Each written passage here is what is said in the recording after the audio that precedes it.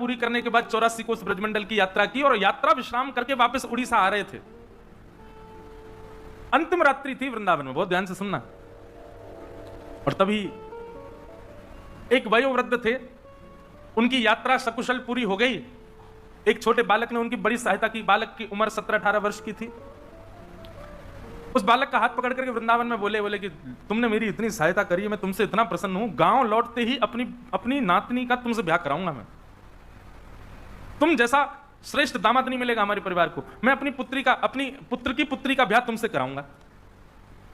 गोपाल जी के मंदिर में बैठे थे वृंदावन में। अब उस बालक की कोई ऐसे ब्याह की इच्छा नहीं थी, पर उन्होंने कह दिया तो उसके मन में भी इच्छा प्रकट होगी, चलो अच्छा है, लौट के मेरा ब्याह हो जाएगा, अच्छी बात है। गांव लौट करके जब आए तो गांव में आकर के वो बुजुर्ग ने घर में कहा कि भाई मैंने इसके लिए एक वर ढूंढ लिया है, उसने मेरी बड़ी सेवा करी यात्रा में, उसी से ब्याह होगा। किसी ने आकर के कहा अरे वो तो ऐसा है, उसके परिवार तो ऐसे, उसके दादा ऐसे, हम अपनी बेटी को नहीं भेजेंगे। और घर वालों के प्रेशर में आकर के बेचारे उस वयोवृद्ध ने मना कर दिया। बोले भैया हमारी कोई बात नहीं हुई तुमसे, कोई ब्याह नहीं होगा, वो तो ऐसे ही बोल दिया था हमने आनंद में। और सुनो, हमने बोला ही नहीं है। बालक बोला मैं ब्याह नहीं करूंगा, लेकिन इनसे सत्य तो बुलवा के रहूंगा। उसने पंचायत में जाकर के बात कही। पंचों ने बुला करके कहा, बोले आपने वृंदावन में इससे ऐसा कहा था कि आप अपनी नातनी से इसका ब्याह कराओगे?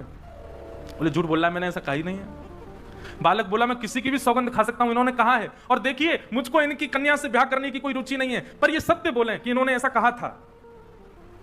पंचों ने कहा भैया मान जाओ। बोले हमने कहा ही नहीं है। वो अपनी बात पर अड़ गए। पंच अंत में निर्णय पर आए। बोले देखो अब एक ही निर्णय है, या तो तुम स्वीकार करो कि तुम गलत बोल रहे हो, इन्होंने कुछ कहा ही नहीं है, और यदि तुम कह रहे हो कि इन्होंने कुछ कहा है तो प्रमाण दो। किसी तीसरे ने तुम्हारी बात सुनी? उस बालक ने नेत्र बंद किए और उसको वृंदावन के वो गोपाल जी याद आ गए जिनके सामने वो बोल रहे थे। बोला हाँ एक व्यक्ति है जिसने हमारी बात सुनी है। बोले कौन व्यक्ति? बोले जिन गोपाल जी के मंदिर में थे हम वृंदावन में, उन गोपाल जी के सामने इन्होंने कहा था कि अपनी पुत्री का ब्याह कराएंगे, उन्होंने सुनी है बात। गांव के लोग सब हंसने लगे। बोले अच्छा अच्छा अच्छा। तो एक पंच ने मजाक में कह दिया तो एक काम कर, सुन तू गोपाल जी को लिया, अगर वो आके कह देंगे हम तेरा ब्याह करा देंगे। और वहीं सारी सभा खत्म हो गई, सब अपने अपने घर को चले गए। उस बालक ने सोचा ठीक है गोपाल जी को लाते हैं। लौट करके वृंदावन गया और उन्हीं गोपाल जी के मंदिर में पहुंच गया और गोपाल जी से जाके कहा चलो मेरे साथ। आपके सामने उन्होंने कहा था कि वो अपनी कन्या का ब्याह मुझसे कराएंगे, अब चलिए मेरे गांव में चल करके साक्षी दो। ठाकुर जी तो कुछ बोले ही नहीं, खड़े रहे। वो तो मूर्ति मानते हैं, वो कहां बोलते हैं। लेकिन उसकी लगन ऐसी बैठा ही रहा सामने। बोले बोलोगे कैसे नहीं? बोलना तो आपको पड़ेगा, आपको चलना तो पड़ेगा। मैंने बहुत सुना है आप बड़े कृपालु, आप बड़े दयालु, आप बड़े भक्तवत्सल हो, दिखाओ अपनी भक्तवत्सलता, दिखाओ अपनी करुणा, दिखाओ अपनी दयालुता। अर्धरात्रि का समय, सो जाता और जैसे उठता, उठ करके फिर गेट खटखटाने लगता। ठाकुर जी चलो ना मेरे साथ, वहां चल के बोल दो ना कि मेरा, उन्होंने कहा था मेरा ब्याह हो जाएगा, मेरा घर बस जाएगा, आपको अच्छा नहीं लगेगा? ठाकुर जी को लोभ दे रहा है। जब उसकी ऐसी सरलता आ गई ना वाणी में, और रुदन करते करते गेट पीटने लगा। भीतर से ठाकुर जी बोले पागल, मूर्ति कोई चल के थोड़ी जाती है। उसने जैसे ही स्वर सुना, स्वर सुनते बोला, बोले मूर्ति बोलती भी तो नहीं है। आप बोले क्यों? बोले मूर्ति बोलती भी तो नहीं है, जब चल के नहीं जाती तो बोलती भी तो नहीं है। और अब तो उसने गेट ही पकड़ लिया। बोले अब आप बोले हो तो मतलब आप चल भी सकते हो, अब तो आपको चलना पड़ेगा मेरे साथ। ठाकुर जी ने किवाड़ खोली, सामने खड़े, बड़ा जिद्दी है भाई, तुम हमको नहीं ले जा पाओगे। ठाकुर जी अब सचल ही हो गए, बिल्कुल मूर्ति वूर्ति सब त्याग दी, सचल हो गए उसके सामने। देखो एक बात मेरी याद रखना, लिख लेना कहीं पर, ठाकुर जी को प्रत्यक्ष प्रकट करना हो तो उसके लिए दो चीजें आवश्यक है। सबसे पहली उत्कंठा। उत्कंठा मतलब व्याकुलता। जैसे प्यासा व्यक्ति पानी के लिए व्याकुल, वैसी व्याकुलता ठाकुर जी के लिए हो तो ठाकुर जी सचल हो सकते हैं। और दूसरा जिद, जिद पकड़ लो, ठाकुर जी के पीछे ही पड़ जाओ, हाथ धो के, बोल मिलोगे कैसे नहीं, तो ठाकुर जी में ये दो ही तरीके हैं उनको सचल करने के। और बाकी फिर साधन और भी हैं, लेकिन इन दो तरीके से मैंने कई भक्तों के चरित्र में देखा ठाकुर जी सचल हो गए। भगवान बोले देख तू हमको नहीं ले जा पाएगा। बोले क्यों नहीं ले जा पाऊंगा? मुझे बहुत भूख लगती है, 8 बार भोजन करता हूं मैं दिन भर, कहां से खिलाएगा मुझे? बोला मैं आपकी सब व्यवस्था कर दूंगा, लेकिन आप मेरे साथ चलो। भगवान बोले बड़ा विचित्र है, तू मतलब केवल अपना घर बसाने के लिए ठाकुर को वृंदावन से उड़ीसा लेके जाएगा? बोले नहीं कर सकते आप मेरे लिए, आपके लिए कौन सी बड़ी बात। आप जब वैकुंठ से आ सकते हो गजेंद्र की रक्षा करने, मेरे लिए उड़ीसा तक नहीं जा सकते? वैकुंठ से पृथ्वी की दूरी ज्यादा है कि या वृंदावन से उड़ीसा दूर ज्यादा है? ठाकुर जी बोले हर बात का तर्क है तेरे पास में। मैं आपकी सारी व्यवस्था कर दूंगा, भोजन प्रसाद सब मिल जाएगा नाथ, लेकिन मेरे संग चलो।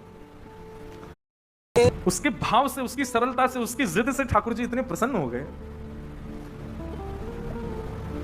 मुझे बात कहते कहते कभी मैं बड़ा भावुक हो जाता हूं कि जिस वृंदावन को ठाकुर जी कभी नहीं त्यागते, अपने कई वैष्णव भक्तों के प्रेम के लिए ठाकुर जी ने ब्रज तक को त्यागा है। और श्री गोपाल जी चल पड़े।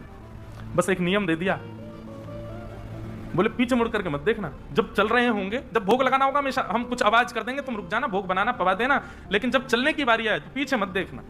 ठाकुर जी, वैष्णव ने पूछा जान सकता हूं क्यों? ठाकुर जी बोले ललित गति विलास वल्गुहास प्रणय निरीक्षण कल्पितो रुमान। हम ललित गति से चलते हैं, हमारी चाल ऐसी है कि कोई और हमको निहारे तो हमको लज्जा आ जाती है, हमको शर्म आती है, हमको कोई देखे तो हम उछलते कूदते बाकी अदा से कभी कैसे चलते हैं। और बोले कहीं अगर तुमने हमारी ललित गति का दर्शन कर लिया तो तुम किसी और को देख ही नहीं पाओगे, घर वर नहीं बस पाएगा तुम्हारा फिर, इसलिए तुम पीछे मत देखना। तो ठीक है, चलने लगे। चलते चलते पूरा रास्ता सफर तय कर लिया, भोजन प्रसाद पाते दोनों भक्त भगवान चल करके उड़ीसा प्रांत में आ गए। जैसे ही उस गांव में पहुंचे जहां का वो व्यक्ति था, वहीं पास के समुद्र के किनारे चलने लगे। ठाकुर जी की पाजेबों की आवाज से उसको अनुभव होता था कि ठाकुर जी पीछे चल रहे हैं, लेकिन समुद्र की रेत जैसी ठाकुर जी के पायलों में भर गई तो आवाज आनी बंद हो गई।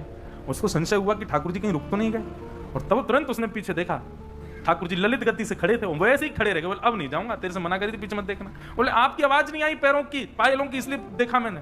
भगवान बोले अब जो भी हो, अब इससे आगे नहीं जाऊंगा, 2 किलोमीटर रह गया मेरा गांव, 2-3 किलोमीटर ही तो है बस, चल दो गुरु।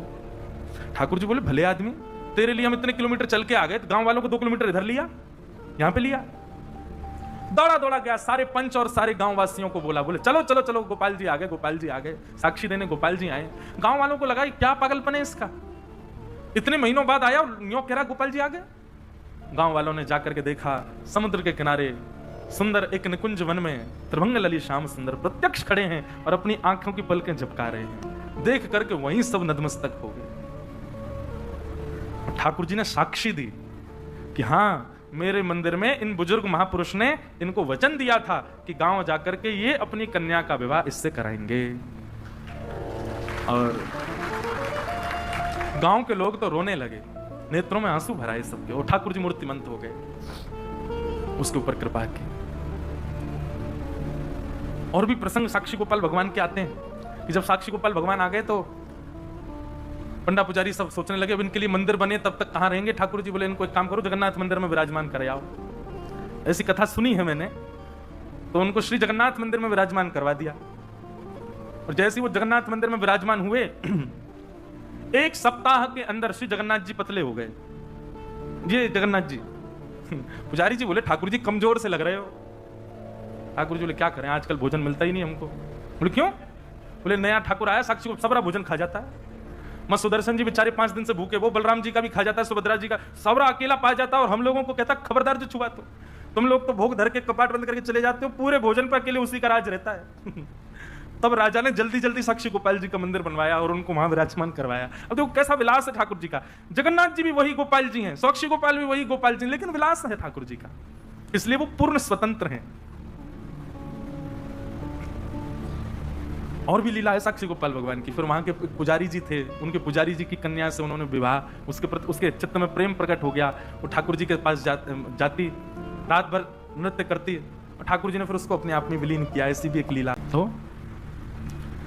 हम क्या कह रहे थे, किस विषय में ये बात कह रहे थे? वैद्यम वास्तवमत्र वस्तु शिवदम। कथा सुनने के बाद ठाकुर जी से आपको कोई ना कोई संबंध का अनुभव होने लग जाए तो समझो आपने कथा सुनी। विचार करके नहीं कि पुत्र मानूं कि सखा मानूं। आप जगन्नाथ जी को देखो, और जगन्नाथ जी को देख करके दर्शन की विधा यही होती है कि ठाकुर जी को देखते देखते ये अनुभव करो कि मुझे कौन सा संबंध दिख रहा है। विचार करके नहीं कि ये मेरे पुत्र हैं, ये मेरे सखा हैं। आप अपनी तरफ से प्रस्तावित मत करो, ठाकुर जी को बोलने दो कि मैं तुम्हारा ये हूं, और वो संबंध ठाकुर जी से मानो। ठाकुर जी को देख के क्या भाव उत्पन्न होता है, कभी पूछिए अपने चित्त से। आपको उनके प्रति गुरु भाव आता है, उनके प्रति भगवत भाव आता है, उनके प्रति सखा का भाव आता है, उनके प्रति प्रियतम का भाव, क्या भाव आता है? मीराबाई का प्रियतम भाव है, सूरदास जी महाराज का लाल भाव है, नन्हे से लाला है, गोस्वामी जी महाराज का गुरु भाव है। आप अपने मन से मत बनाओ, ठाकुर जी के स्वरूप। अब की बार जगन्नाथपुरी जाओ और श्री जगन्नाथ जी को देख करके उनके रूप श्रृंगार में मत अटके रहो।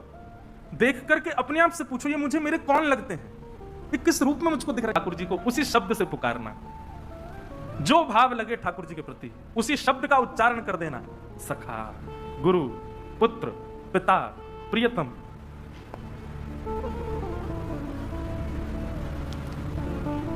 ऐसे भाव